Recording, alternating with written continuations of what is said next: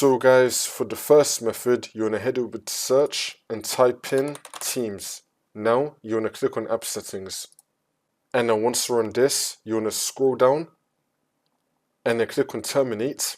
Now you want to click on repair. It's now going to start repairing Microsoft Teams. Now once that's been done, you want to open up Teams again, see if that fixes your problem.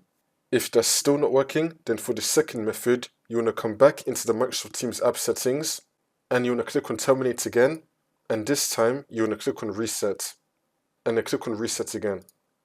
Wait for this to load. Now once that's been done, open up Teams again, see if that works. For the last method, you want to head over to search and type in add or remove programs. Click on it.